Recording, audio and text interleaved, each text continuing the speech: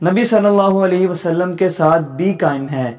ان کا یہ کہنا ہے کہ کیا سائنسدان ہمارے نبی پاک اور غوث پاک سے زیادہ طاقتور ہیں؟ انہوں نے واضح کہا ہے کہ مردے سنتے بھی ہیں اور آپ کی بات کا جواب بھی دیتے ہیں۔ اب کچھ سوال قاری خلیل الرحمان صاحب کے سامنے رکھتے ہیں۔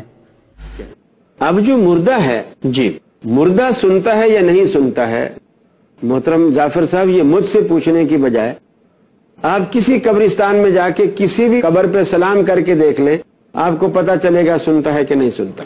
گھر میں جس کی تازہ میت رکھی ہوئی ہے، آپ اس کے سرانے کھڑے ہو کر اسے السلام علیکم کہیں اور غور سے اس کے ہونٹوں کو دیکھیں کہ یہ جواب میں کچھ کہتا ہے یا نہیں کہتا، آواز کچھ دیتا ہے یا نہیں دیتا۔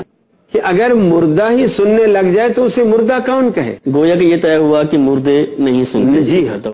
اب ان سے مردوں کے سننے سے متعلق جو حدیثیں ہیں ان کے بارے میں سنتے ہیں۔ جیسا کہ مفتی اخون صاحب بھی کہہ رہے تھے کہ مردوں کے سننے سے متعلق احادیث موجود ہیں۔ ہوا کہ جنگ بدر کی طرف ہم اپنی سوچوں کو لے کے جاتے ہیں، اس منظر کو دیکھتے ہیں۔ رسول کریم صلی اللہ علیہ وسلم نے جب کفار کی لاشوں کو ایک کنویں میں ڈالا اور پھر بعد میں ان سے خطاب کیا، اور جناب عمر فاروق رضی اللہ عنہ نے آپ صلی اللہ علیہ وسلم کو مخاطب کر کے عرض کی کہ یا رسول اللہ، یہ تو فوت ہو چکے ہیں، آپ ان سے خطاب کر رہے ہیں۔ اور آپ صلی اللہ علیہ وسلم نے فرمایا کہ یہ سن رہے ہیں اور تم سے غالباً اس طرح کے الفاظ ہیں کہ تم سے ان سے زیادہ نہیں سن رہے۔ ہاں، یہ تم سے، یعنی جیسے تم سنتے ہو ایسے ہی جیسے تم سنتے ہو ایسے ہی یہ سن رہے ہیں۔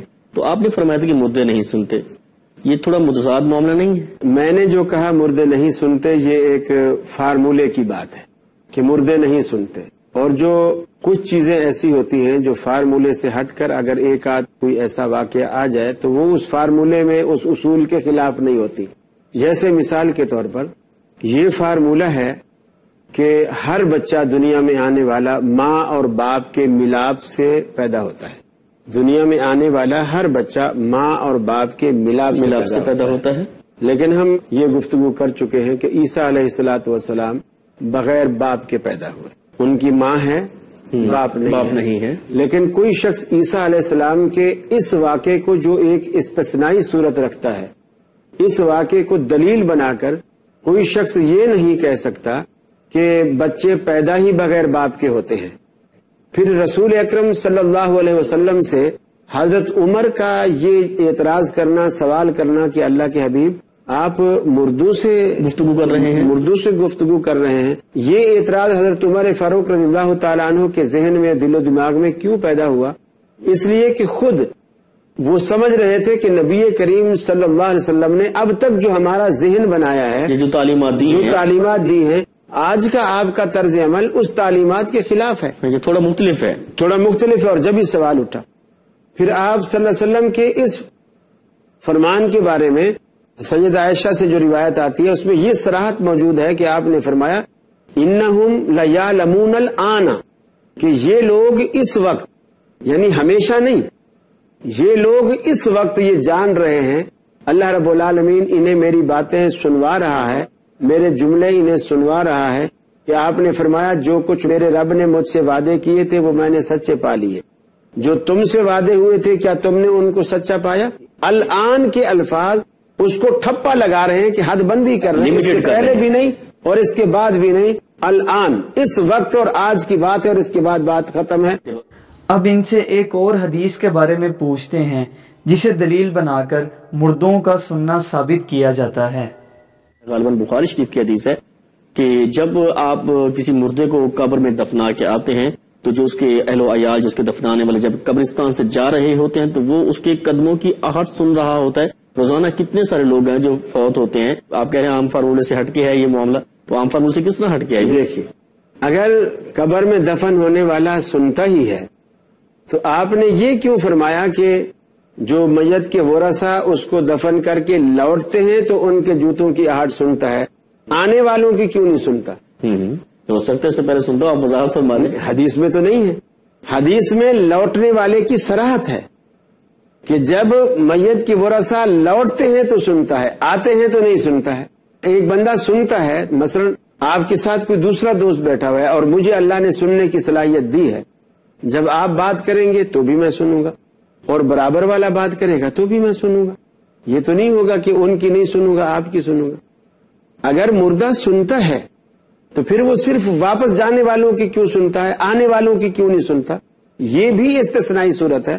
اللہ تعالیٰ اس کو اس وقت یہ دکھاتا ہے کہ دیکھ, جن پر تو تکیہ کرتا تھا, جن پر تو بھروسہ کرتا تھا, جن پر تجھے بڑا مان تھا, بڑا ناز تھا, میرا ابا, میرا نانا, میرا دادا, میرے دوست, میرا تایا, میرا پھوپھا, میرا خالو, بڑی تو زندگی بھر ان کے لیے سارا کچھ کرتا تھا, آج وہ لوگ تجھے یہاں مٹی میں ڈال کے جا رہے ہیں. ٹھیک ہے, کوئی بھی تیرے ساتھ نہیں ہے اور کوئی تیرا ساتھ دینے کو تیار نہیں ہے, سب کچھ چھوڑ چھاڑ کے جا رہے نہیں ہے.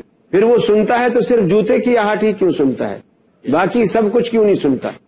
صرف جوتے, اور باقی کی قرآن نے خود نفی کی. حدیث نے تو یہاں کہا جوتے کی آہٹ سنتا ہے. وہ سننا کیا سننا ہوا جو صرف جوتے کی آہٹ تک محدود ہے, دوسری کوئی چیز نہیں سنتا؟ اللہ نے قرآن میں اپنے حبیب سے کہا کہ فرمایا جو لوگ فوت ہو گئے ہیں, وما انت بمسمع من فی القبور, جو لوگ فوت ہو گئے اور قبروں کے اندر چلے گئے, اے نبی اگر تو ان کو سنوانا چاہے تو نہیں سنوا سکتا.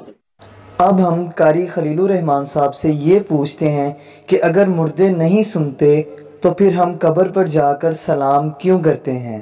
یہ بات درست ہے کہ جب آپ قبرستان جائیں تو آپ انہیں سلام کریں, لیکن یہ بات درست نہیں ہے کہ آپ سلام اس نظریے سے کریں کہ چونکہ وہ سن رہے ہیں اور چونکہ وہ جواب دیں گے لہٰذا ہمیں سلام کرنا چاہیے.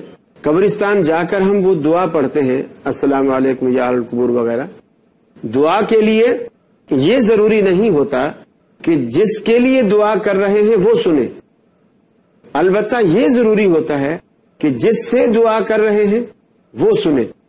اللہ سے ہم دعا کر رہے ہیں اور ان کے لیے کر رہے ہیں. اپنی گفتگو میں انہوں نے یہ فرمایا ہے کہ مردے نہیں سنتے, اگر مردے ہی سننے لگ جائیں تو انہیں مردہ کون کہے گا؟ اس کے بعد انہوں نے ان احادیث کی وضاحت کی ہے جنہیں مردوں کے سننے پر دلیل بنایا گیا ہے. آخر میں انہوں نے بتایا ہے کہ ہم قبر پر جا کر جو سلام کرتے ہیں ان کے الفاظ کا مطلب اگر آپ پڑھیں تو اس میں مردوں کو دعا دی گئی ہے, اور دعا کے لیے ضروری نہیں کہ جس کو دعا دی جائے وہ سنے اور اس کا جواب دے, بلکہ یہ ضروری ہے کہ جس سے دعا مانگی جائے وہ سنے. آپ نے ان سب کو سنا, ہمیں امید ہے کہ اس ٹاپک پر آپ کو اپنے سوالوں کا جواب مل گیا ہوگا. اس ویڈیو میں کہی جانے والی تمام باتوں میں سے آپ ہر اس بات سے اختلاف رائے کر سکتے ہیں جو قرآن و سنت سے ٹکراتی ہو. اگر ویڈیو پسند آئے تو لائک کریں, اور اگر ابھی تک آپ نے ہمارا چینل مسلم ٹیوٹر سبسکرائب نہیں کیا تو ابھی سبسکرائب کریں اور بیل آئیکن بھی دبائیں. اللہ تعالیٰ آپ پر اپنی رحمت فرمائے.